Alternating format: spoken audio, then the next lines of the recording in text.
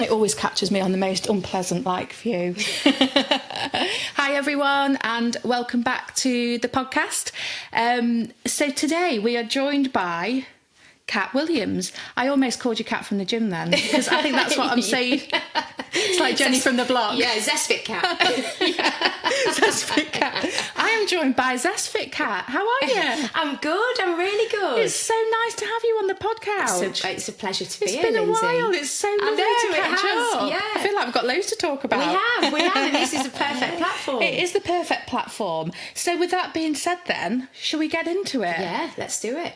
So tell us a bit about, first of all, tell us a little bit about who is Kat Williams, first of all. Who am I? I'm a mum to two wonderful teenagers. Oh. I'm a wife to Adam, and I am a leading fitness and nutrition coach. I'm an advanced personal trainer, group exercise teacher, and I've been in the fitness industry for 30 years. So I've got a bit of skin in the game. You don't look old enough. Do you get that all the time? You don't look old enough. Yeah, so I know a thing or two about empowering women, fitness, health, nutrition, and I love it. Oh, fantastic. So thinking about Zestfit Kat then. Yeah. So take us back to when your journey in fitness began. And talk us through a little bit about that journey, starting way back when. Yeah, way back when. So it must have been about 95, 96. You know, I was all sort of set on going to drama school or doing performing arts. And Mum at the time said, "Oh, I fancy doing this aerobics class. It's just at the WI." So I was brought up on Kedleston Road. So it was just the WI. Oh. Went to this aerobics class. I was like, oh my God, I want to do that. And some of you who are listening will remember this lady. She was called Sheila, and she was such an amazing aerobic instructor. I mean, imagine you got the leg warmers, the thong leotard. Oh, wow. You know, you shall make me feel like loving, that sort of thing. And it was just like, I want to do that, because it sort of merged my two loves, which was fitness and performing. So next news, Mum said, okay, we'll get you on the course. So I did a 2-week, I had to be 18 to do the course. Right. And it was a 2-week intense. I had to go to Manchester, get the bus to Manchester for 2 weeks, and qualified in exercise to music. And that was at 18. And that's what it was called back then? Yeah, exercise to music. Yeah, and it was a qualification run by the YMCA. It was exercise to music. Wow. And Sheila at the time, it all sort of... Good old Sheila. Good old Sheila. Sheila. Yeah, she was moving to Newquay. So she said, look, Kathryn, do you want my class? And I was like, what? Oh my And I was gosh. working at Boots at the time in the Eagle Centre. And I said, yeah, why not? And it was just one class a week or 2 classes a week, can't quite remember. And I think I paid £3.50 for that hour in the WI. Oh, wow. And that was that. I started that class, had my little blue cash tin. I think I charged people £2. And I loved it, absolutely loved it. And then around that time, Lindsay, Fitness First, this must have been in the late 90s, 97, the talk of the town. It was the brand new shiny health club that was opening on Chester Green. Yeah. I applied to get a job there, and I became on the original gym team. So I got a job on the original gym team. Wow. Which was such great times. And I was with Fitness First for about 8-9 years. Right. And did you keep doing Sheila's class, which is now Kat's class? Did you keep doing that on as well, or? So Sheila moved to Newquay. Yeah. So when you covered the I class, kept on the WI class. Right. So you were doing Fitness First and your own classes as well. Yeah, but eventually I sort of had to, because I was put on the timetable at Fitness First, right, which meant I was teaching. God, it must have been about 20 classes a week. Oh, right. You can imagine it was just crazy, because that was back in the day when it was all about aerobic step, all the things. So eventually, I closed the WI and went to Fitness First. Wow. So you did about 8-9 years 8-9 years with Fitness First, wonderful times, and I was really lucky enough to get promoted to work in Southeast Asia. So I did a stint in Derby. I then was general manager at Nottingham site, and then the Nottingham club. I then went out to Asia, Southeast Asia. Oh my word! I know. So I look back now, and I just can't believe I'm saying it out loud. So that's took you over the world. Honestly, Fitness First, that time I learned so much about operational health clubs, sales management, customer care, exceeding expectations. And I was the regional manager in Kuala Lumpur. Oh, so I was based in the word. Twin Towers. Amazing times. And I did a little bit of work in Bangkok, Hong Kong, Singapore, because we were opening Fitness First clubs. So they were just taking over. We were taking over. Yeah. I mean, it was just the perfect timing Yeah. for Fitness First Yeah. because, you know, there was nothing like that in Asia. No. So you can imagine we just went in with these brand new shiny health clubs, rows of treadmills, fantastic group exercise, timetables, and it was amazing. And went they were off. some of my most exciting times, but really where I carved out my career in the fitness industry. Yeah. And that was the time as well where Les Mills was massive. Yeah. So Fitness First brought in Body Pump, Body Balance, Body Combat, Yeah. all the Les Mills programs. Which are all still going now. Oh, they're so mega. And back then they were so big. Yeah. And they were part of the fabric really of Fitness First. So I was lucky enough while I was managing to become a master trainer in Body Pump and Body Combat. Wow. And get an insight into Les Mills and how they worked as well. Oh my word. And then from there I went to Australia. Sydney. Oh yeah, just nipped over to Australia. Just nipped over. Same thing. Yeah, so worked for Fitness First in... Opening up in Australia. No, they were already established clubs, but Right. they were Fitness First. Yeah. But because I was on that incredible. side of the world and I was living my best life, I was able to go out and get a job in the corporate district in Sydney and become a general manager. That was hard. That was really hard. But you can imagine being in Sydney running a health club in the corporate district. It was just, you had to be a sales animal and look the part. And just all work. Yeah, burning the candle at both ends. And, you know, I look back now and how I meant, well, you do, you're like late 20s, Yeah. so you can. Yeah. It's not like it's, you even think about being tired Yeah. or fatigued. You're Yeah. just doing it. You're Yeah. burning the candle at both ends, you're partying, and you're getting up and running a health club. And just living your best life. Living your best life. Did you miss home? Oh, incredibly. Because you're a young woman on the other, literally on the other side of the world. When I look back now and I packed that suitcase to go to KL, I just think, what the hell? If Bella said to me, Mum, I'm going to go out to KL, Yeah. I'm like, what?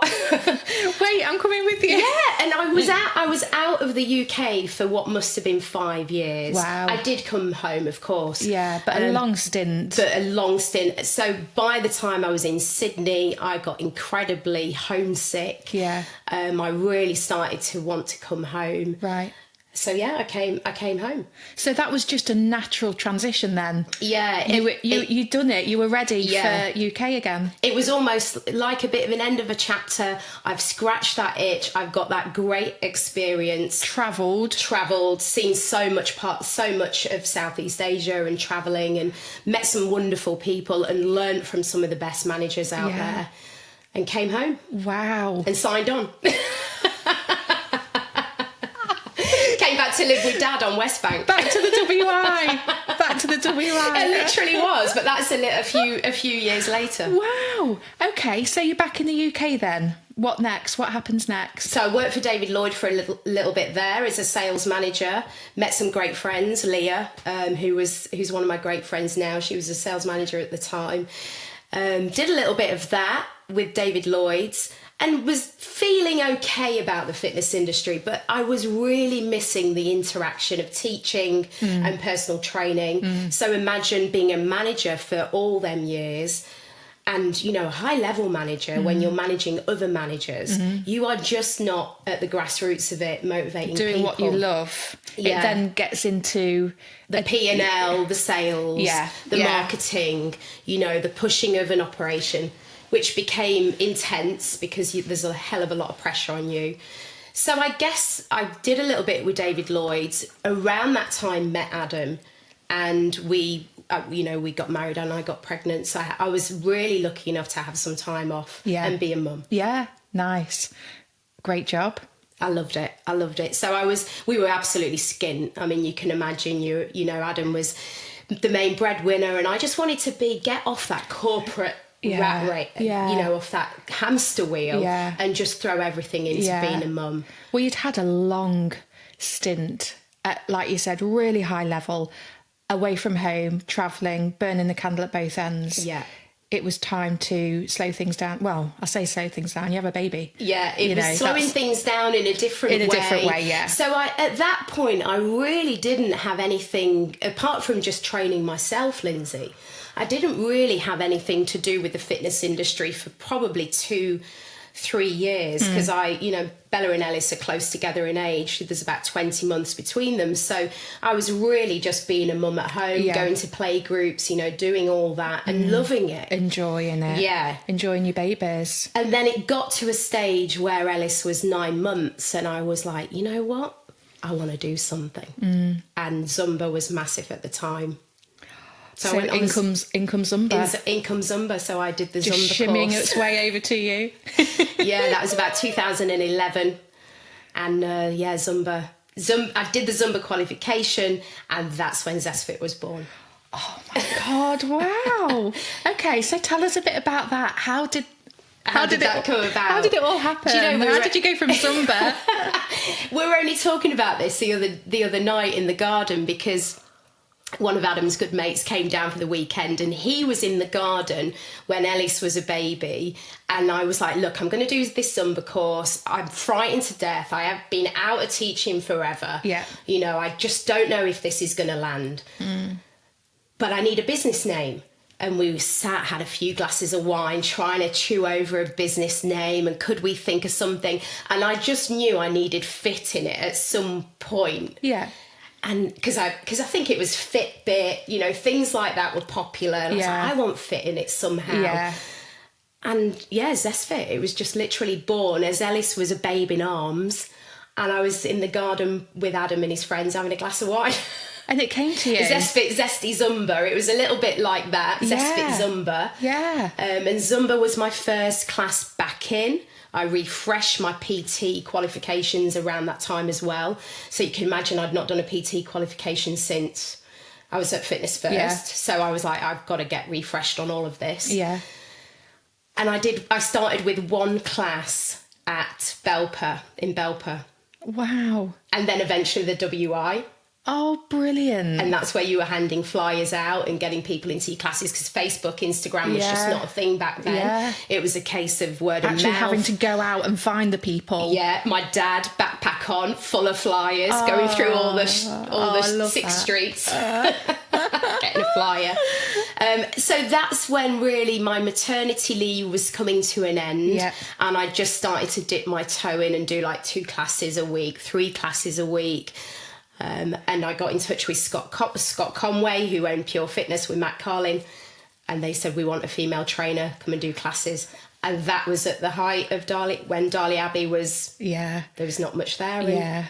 That's it really. From there, my community classes Oh my gosh. exploded. And it built. Yeah. I mean, it went off. How many people did you used to pack into that back room at the gym? Oh my God. I mean, it was brilliant. I love them days because it was just so sweaty, authentic, get down and dirty with it. Yeah. Oh my gosh. 65. And Scott used to come in and count the You numbers. did, I remember. Do you remember? Yeah, just checking for health and safety. Count the numbers, and I got paid per head as well. So he'd be counting, and so it was brilliant. It was brilliant, and I've got went off, didn't it? It did. I've got such great memories of those days. Yeah. Because they were the days where you just made such a massive impression with group exercise, and I was back doing what I loved doing when I was 18. Yeah. Really getting women feeling great, moving to music and getting the endorphins going. So it didn't take long to think, this is where I want to be. Yeah, this is where I want to be. This is where I'm going. Yeah. And it was really, I didn't think about having my own studio for a long time. Right. Because I was so happy at Pure Fitness. It fitted perfectly around the kids. I was able to do a couple of classes a week. I created Total Tone there as well. Insanity sort of came into play around there as well. That was wild. Wild. How we've got any knees left from anxiety. Oh my God, I don't think I'll be able to do it now. Can you imagine the amount of wheeze we'd have to have now during a 45-minute class? You just have like a load of women looking at you like, no, just no, it's not going to happen. That's what I teach my women now. I was like, a burpee's a high-risk exercise. It's a no from me.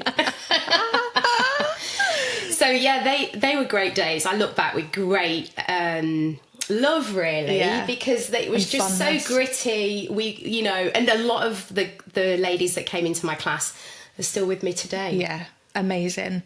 So you moved on to.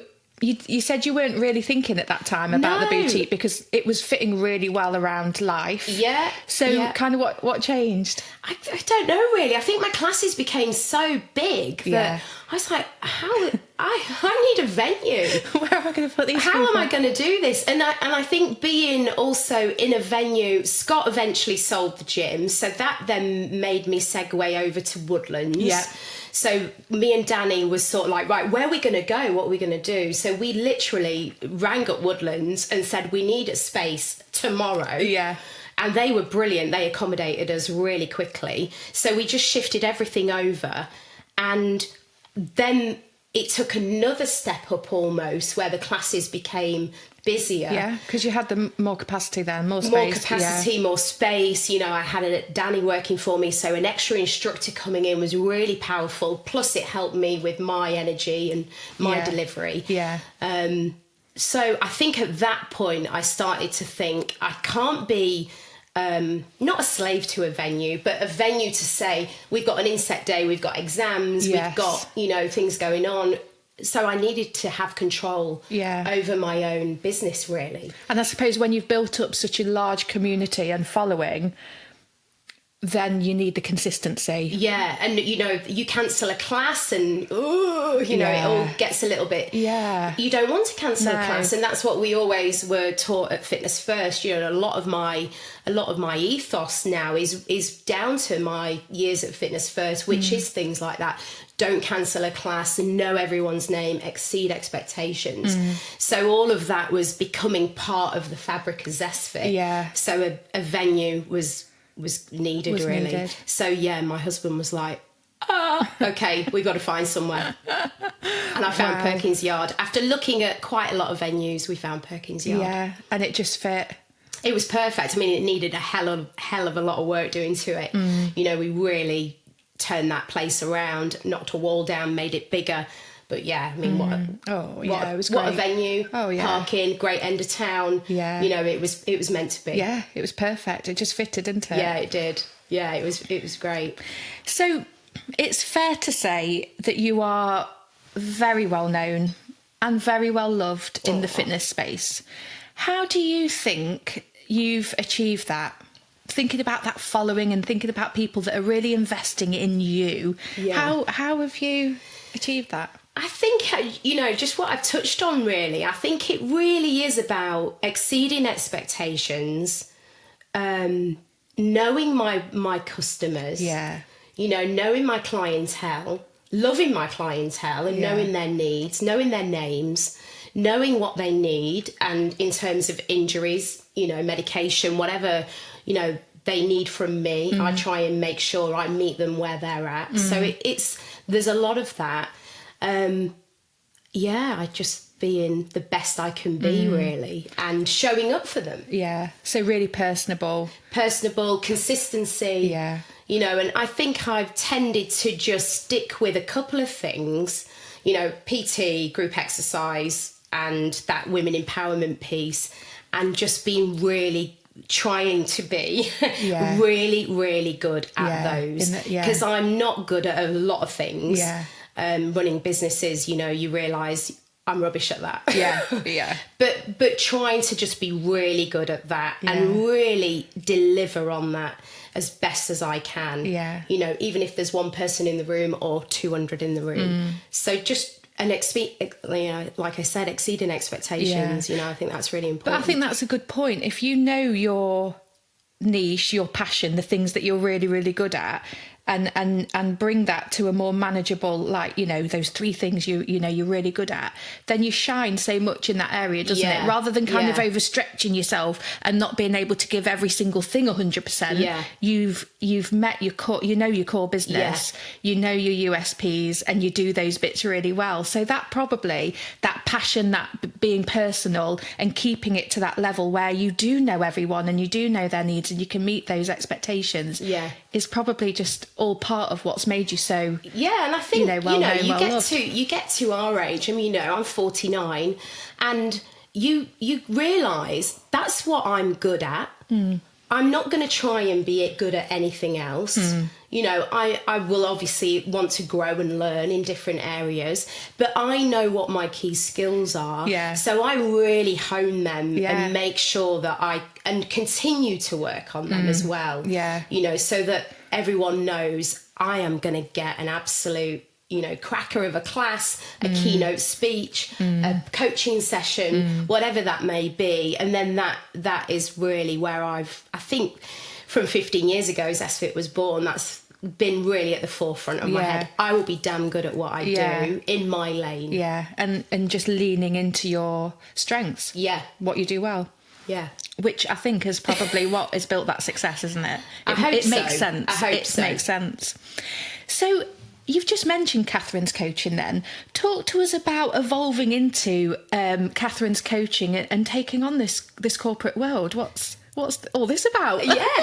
So, 4 years ago, my nan passed away, and she was so, you know, I was such a hierarch of the family. My Italian nan, I absolutely love her so much. And she gave me the ability to be able to just think a little bit differently about the future and, you know, what is it I want to do? Do I want to be constantly grapevining until I'm 85? Yes, I do. But that's not going to build my pension up. So I just signed up to do my coaching diploma, my personal performance coaching diploma, took a punt at doing that. And I'm still doing that now because it's a real struggle studying from home, running a business and having 2 teenagers, but I'm getting there. And once I started doing my coaching diploma, I really started to dip my toe into corporate and thought, right, this is something that I can make a real impact with women in the workplace. And I did a little bit of coaching at Valent. I did some speaking at Rolls-Royce. And you realise how much these women need support, education, you know, coaching, motivating in everything I know about. So it was a perfect sort of alignment to go, right, I'm going to have Kathryn's coaching, which is such a different character to Zestfit Cat. But still use all my skills and my newfound coaching knowledge in the workplace. And since I started doing a little bit in corporate, I've been booked for more workshops and keynotes. And going back to what, you know, I'm good at in those 3 areas, that speaking, communicating, coaching, presenting, it just fits perfectly into Kathryn's coaching. But I'm on a different platform, Lindsay. And these women just, you know, they soak it up because in corporate, they need it. They need it so much. We need it. You know, we need it. You know, in the workplace. Absolutely. You know, perimenopause, menopause,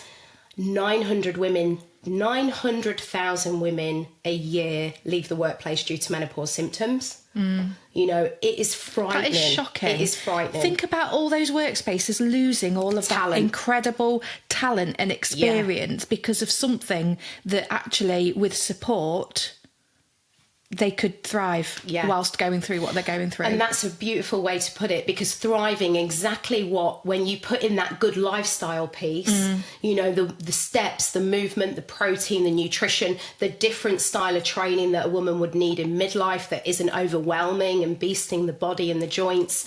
When you start to talk to those women in the workplace about, do you know what, it's the magic of 10 minutes. It's putting a bit more protein in your day, whatever that education or advice may be. The penny drops and then they start to feel so different in terms of their energy, their mood, their mental clarity. You know, and you can see that shift quite quickly. And reassuring women that this isn't an uphill battle. You know, you can make massive difference in weight loss if that's something that's important to you, or just your energy, or the fact that you've got to get up and deliver a board meeting in front of 10 blokes and feel that you've got that. Yeah. You know, and I'm able to empower women in a way that is through nutrition, fitness and movement, which is wonderful. It's another piece of that fitness element that I can bring into a different place. Yeah, and it's, of course, so needed. So needed. And I see so many talented women who just need that support. And if I can just scratch the surface and still, you know, continue with that legacy work I want to do, which is make women feel amazing in whatever way that suits them, then in the workplace, that's where I'd like to do that as well. Oh, that's fantastic. Can we talk about menopause for a minute? Yeah. It's a big subject. That's a whole podcast in itself. It's a big subject, yeah. But you have done to date and continue to do such great work in this area, thinking about, you know, raising awareness, like you said, going into the workplace, tailor making exercise and fitness classes to meet the needs of that demographic. Where did that, I don't want to assume, so I'm going to say, where did that journey start for you? That started slap bang in perimenopause, and when I didn't know yourself. when I was going through it, and I didn't know. Right. So you imagine I've opened the best boutique in town. I was 41 at the time, and I was crippled with what I thought was stress, anxiety, cortisol running through my body constantly, you know, that imposter syndrome. Everything now at 49, I can look back at and go, I was slap bang in the middle of a perimenopause fog. And I was standing in front of all those women, delivering, you know, exercise, running that studio with some wonderful, you know, wonderful community coming in. But I was really suffering from perimenopause. And I started to educate myself very slowly and realise, hang on a minute, this is perimenopause. So through that lived experience and real life, living that real life, and still am today, I thought there's got to be a way that we can address this through fitness, strength training, nutrition, without feeling like we've got to be spinning every plate and beasting our body. Because that perimenopause bit, I mean, that can go on a long time, can't it? Yeah, so I mean, you can hit it typically around 37, and it can last right up until, you know, late 40s, early 50s. So you're officially in menopause when you've got a year without a period. So that, you know, women, before all this awareness, before understanding, recognising it a little bit more, women could be living in utter, well, hell for some women for years and not knowing until a year post last period and thinking, oh, I wonder if it was that then. Yeah. So it's actually so refreshing to have this proactive approach. Could it be this? Have you thought it could be this? Isn't it wonderful now? We've got the likes of Davina McCall. We've got some great people out there that are, you know, opening the conversation and not afraid to speak about it. And I wish at the time I knew. And the irony was, you know, when I go back to Fitness First days, you know, when I was training women on the gym floor, the irony was all them women that were coming through the door at Fitness First, I was 21, they're all in their 40s. So they're all probably suffering from perimenopause, yet I'm doing the opposite of what I'm telling my women to do now, which is like 20 minutes on the stepper, 20 minutes on the treadmill, 20 minutes on the skier, like all this cardio and little food. And actually, if you think about it, way back then, they might not have even realised because, like, we just don't know. Powered through, didn't we? Yeah, you don't know because it isn't talked about like it is now, and there's still loads of work to be done, isn't there? In this space, there's still loads of work to be done, but we're moving. There's movement. We're moving forward, and with you know, education and support, and there's so many great policies and practices happening in a lot of workplaces now that are opening up that conversation and supporting women in menopause.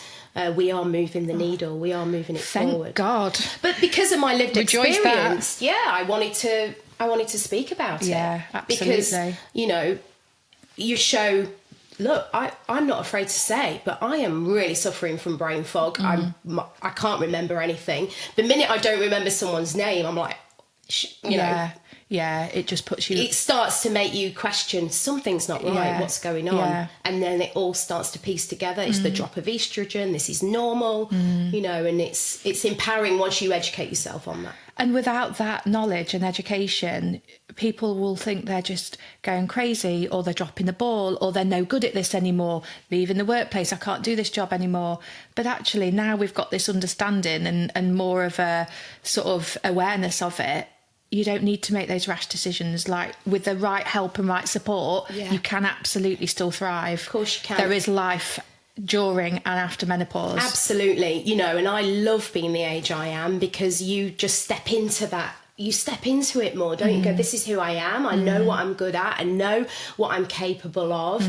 I know the right people around me, you know, and you've almost got to back yourself. Yeah. And go, you know what?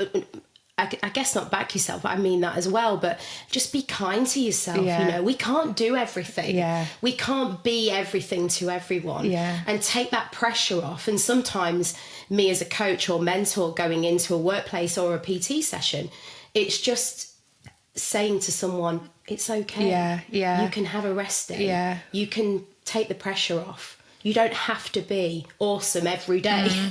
Which is just such a nice and such a more compassionate and kind approach and message, because as women, we have spent decades thinking that we have got to have it all and be everything to everyone to be even half as successful as a man. Yeah. We've got to be taking care of the kids, have a good career, looking after our health and well-being, fitness, making sure we're dressing nicely, all of these things. All of that. To even half compare in the male world. Absolutely. And then, Lindsay, you throw into adult children, teenagers, kids at uni, ageing parents, menopause symptoms, climbing the career ladder, you know, all the things that we have to then, we are that sandwich generation, aren't we, in midlife? All those things then, it starts to become, oh my God, this is really becoming overwhelming. Yeah. So if I can ensure that the fitness and the nutrition piece is seamless and not overwhelming, which is, it really is in midlife, that again takes that extra layer of pressure off. Yeah, it's definitely time to challenge that age-old, you know, women have to have it all. Yeah. You know, my friend says this a lot. She's like, who the hell decided that women need to be doing all of this stuff in order to look like they've got it all? I mean, this is ridiculous. Yeah, it's Why crazy. put ourselves under this much pressure? So yeah, what a great message. And I've seen you've put you talk about stepping into your power, don't you? Yeah.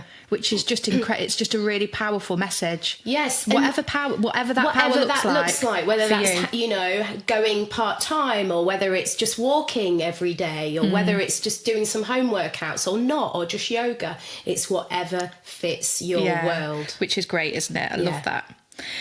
So you have just reached the end of an incredible era, whereby you have closed the doors on owning your own boutique fitness studio. For now. Yeah. I'll never say never with you, but for now. So tell us a bit about kind of that. Well, I did 8 years on Perkins Yard, which was a big stint and wonderful time, you know, from post-lockdown going to the mini studio and obviously opening the big studio. And it just became a natural decision. I knew the lease was coming up, so the lease was coming up in May. And because of the work I've been doing in corporate and my online coaching and various other projects, I just thought, you know what, I've got to go out, like, take that, or whoever it was that went out on a bang. I've got to finish, not injured, not poorly, on my own narrative and terms. And I made the decision to go, you know what, it's the end of an era. As emotional as it's been really emotional and humbling, and the support and love I've had, and I get quite teary about it because it's been wonderful. But prior to the 8 years on Perkins, you know, I did 15 years on a timetable. Yeah. You know, so I was craving. It's been a long career. Long career in that chapter. And I was craving flexibility. I was craving a bit of freedom. I was craving to, certain things that we want. Bit of a lie-in on Saturday. Bit of a lie-in on a Saturday and doing the 5:30 starts.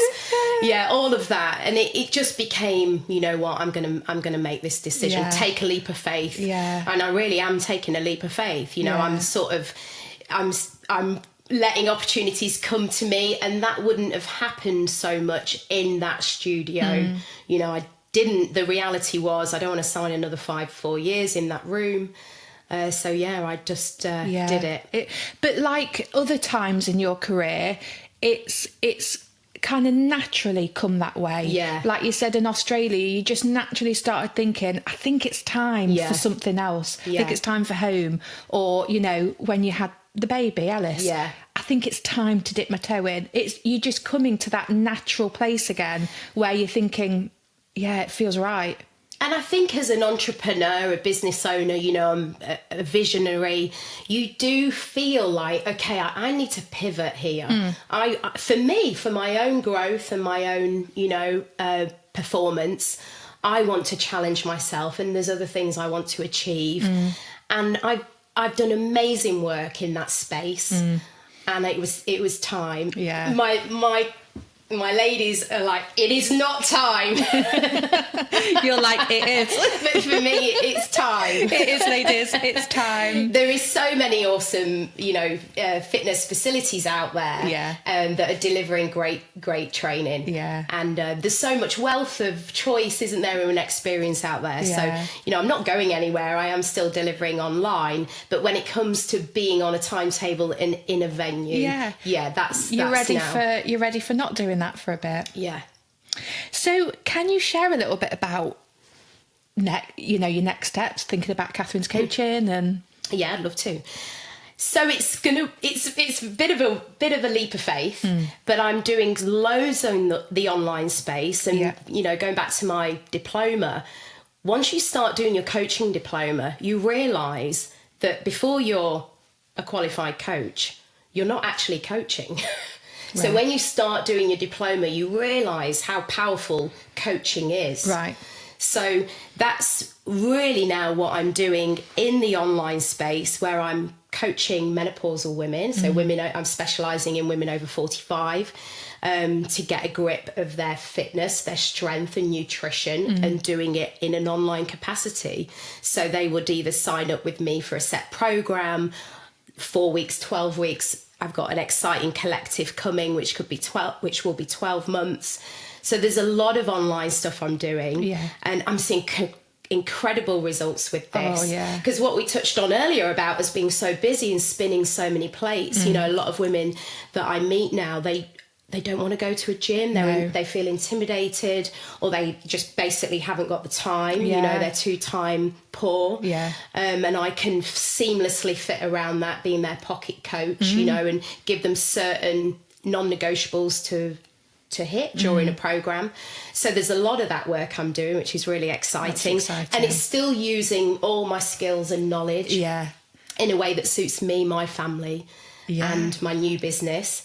And I'm doing a lot in corporate as well. Yeah. So I'm doing a 12-week, I've launched Thrive 12, which is a 12-week weight management program. And I've had great success putting that into 2 big companies, one big company in Sheffield and one in Belper.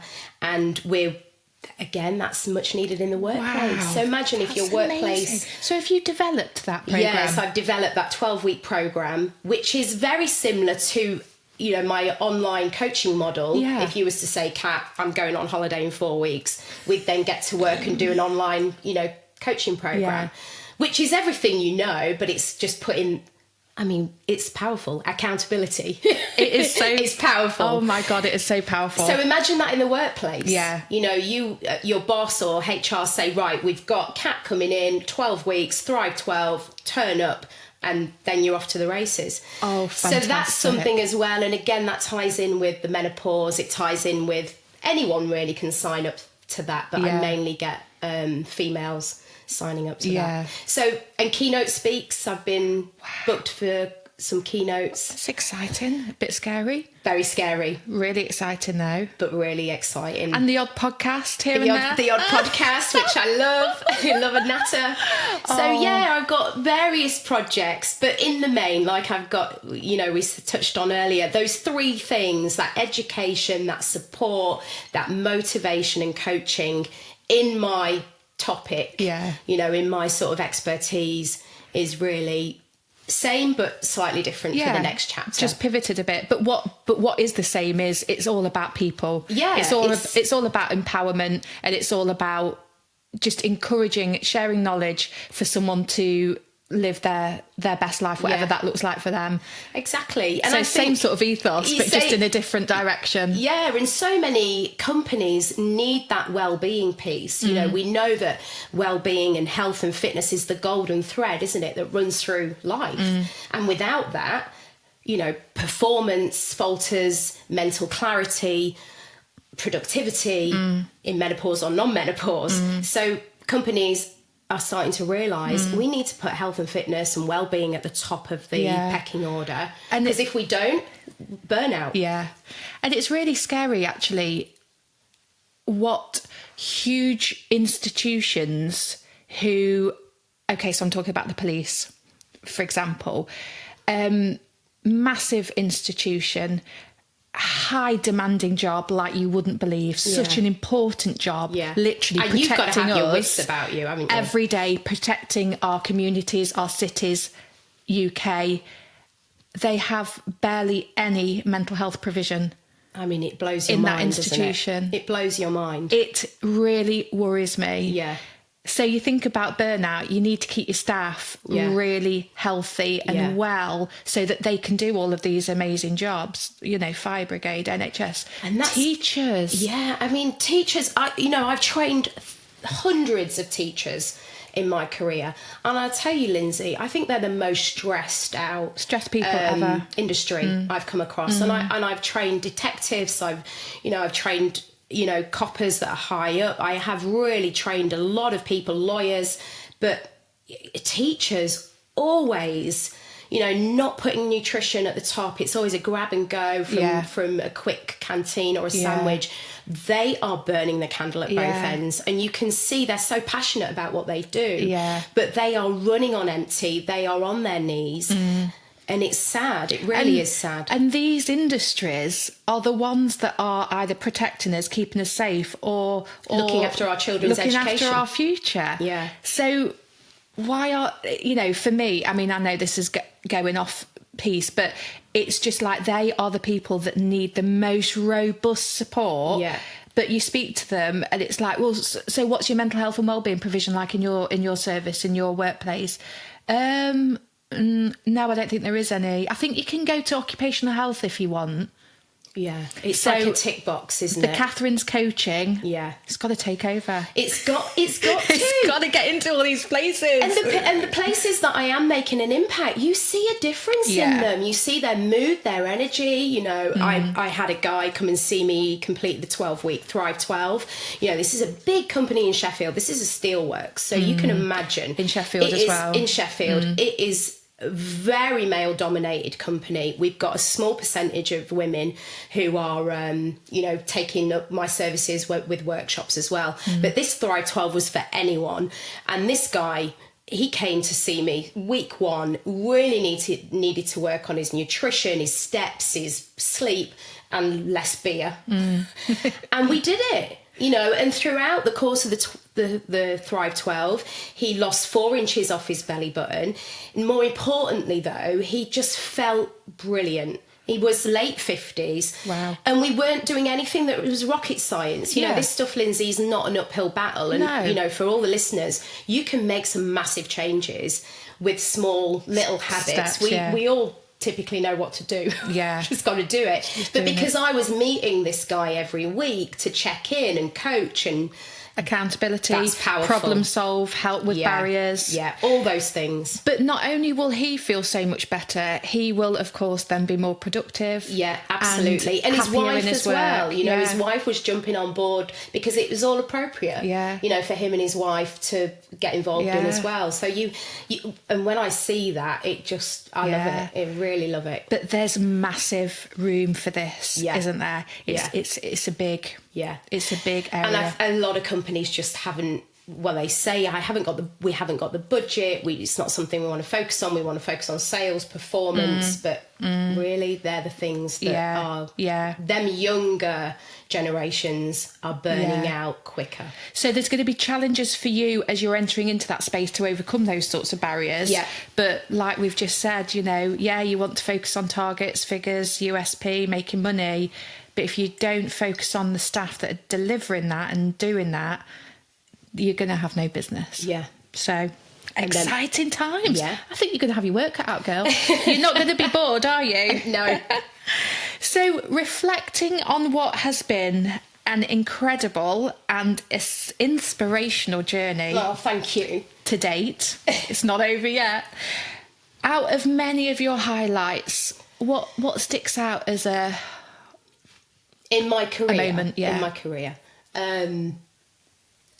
I would say one of them is certainly arriving at the Petronas Towers and seeing the Fitness First sign up there and knowing that was one of my clubs to run.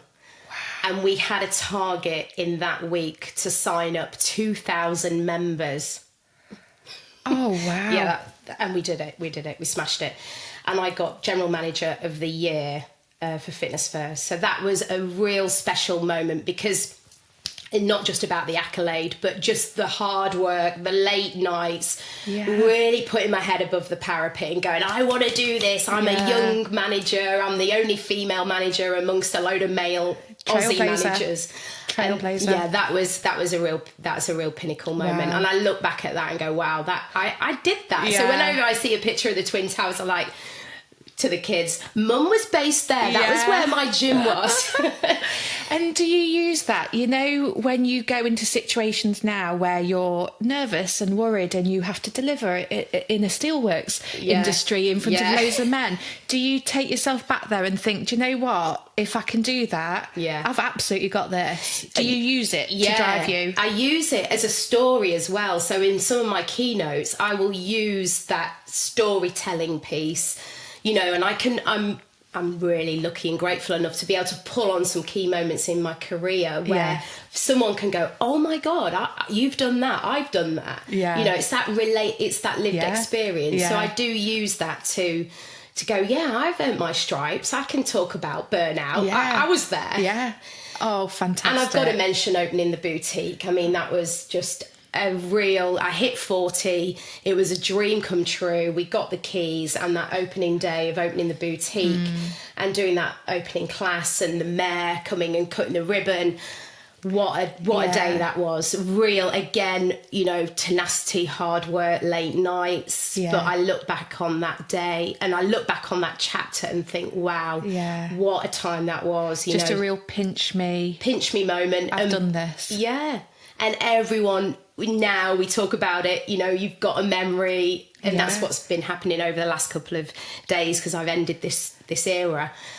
So many memories. Yeah. Do you remember this? Do you remember that? Yeah. You know, and it's been brilliant. So it's got to be opening the big boutique as well. And these are things that they're imprinted in you. These will stay with you forever. These wonderful, wonderful memories. Yeah. Do the kids know what a rock star their mum are?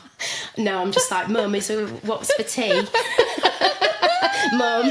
When you're like, can you bring my pack up in? I've done this, and they're like, oh right, look at this. Check this video out. I think they're old enough now to see that. Yeah, there's that their mum's quite cool. She's done some stuff. She's done some stuff. Yeah. So thinking about empowering and inspiring women in any areas of business or the world, really, for someone who's kind of done it all, seen it all, what advice do you have for women trying to navigate this world? Oh God, there's so many things I could say. I would say back yourself. Back yourself, because you're capable.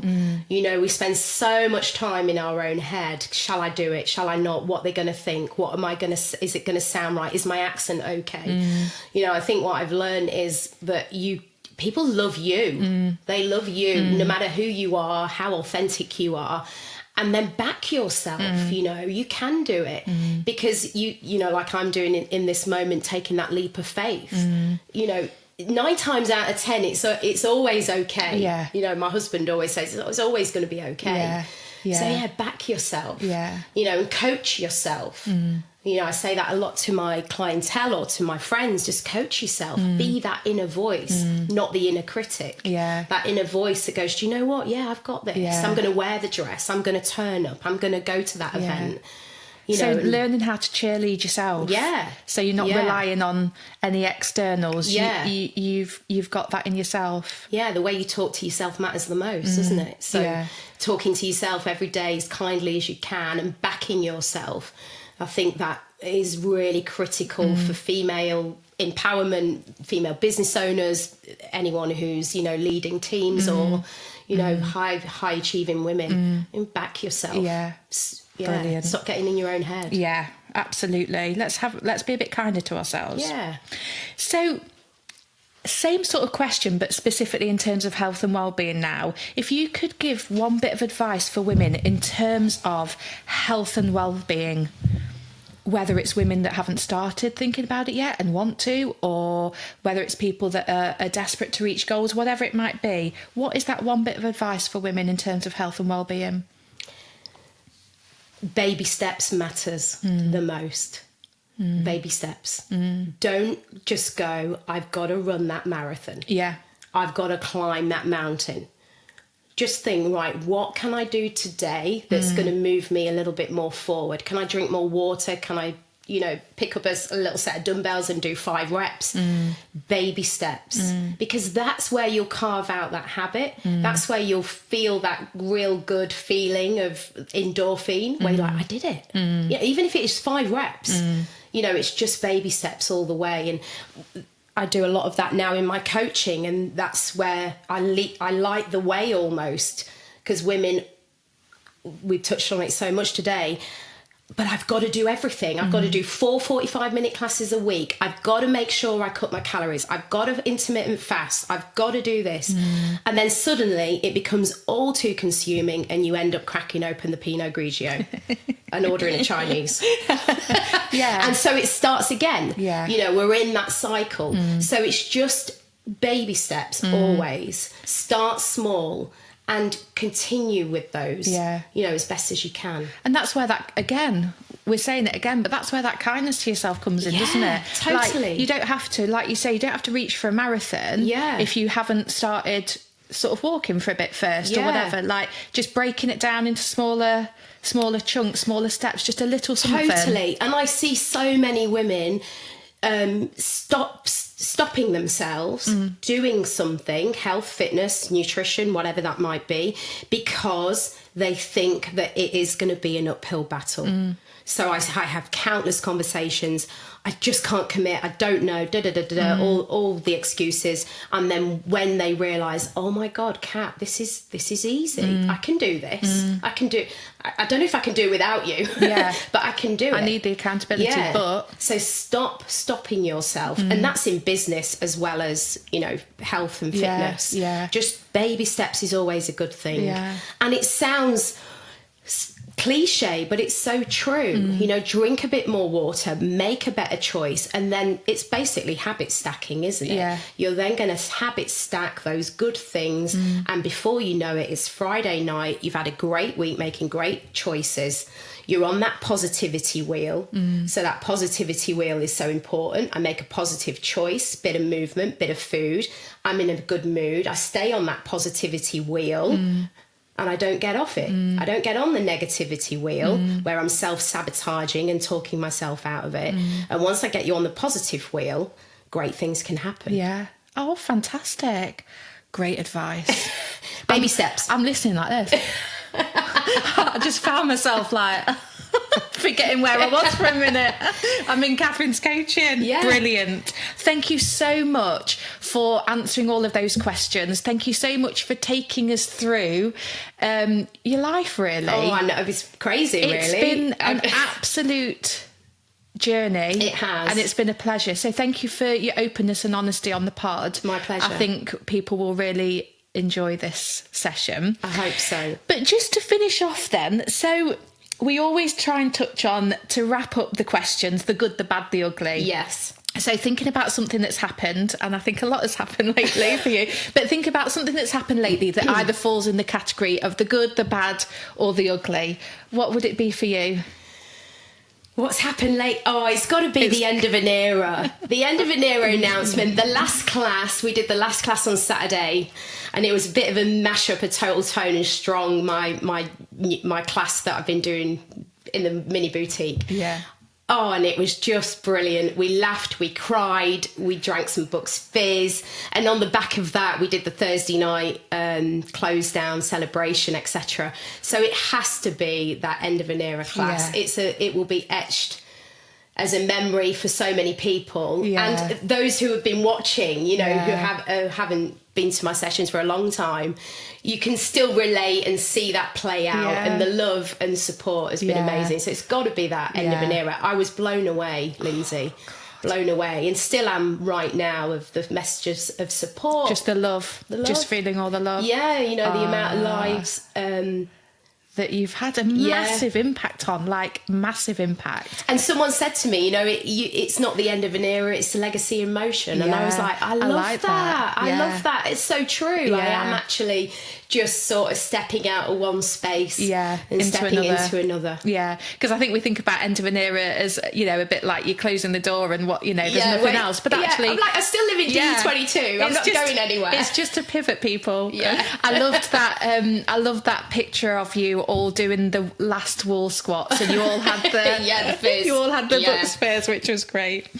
And then Kat, ask me anything. So this is the bit where we flip and reverse it, and you get to ask me anything. Do you know what? I've been thinking about this because I delivered a talk at Sunbelt last week, Sunbelt Rentals. It was a brilliant women leadership, women's in health event. And we did an exercise, and I'm going to do it with you. Oh my God. What would you say if you sat down and had a coffee with your 16-year-old self? Oh, gosh, that's such a good one.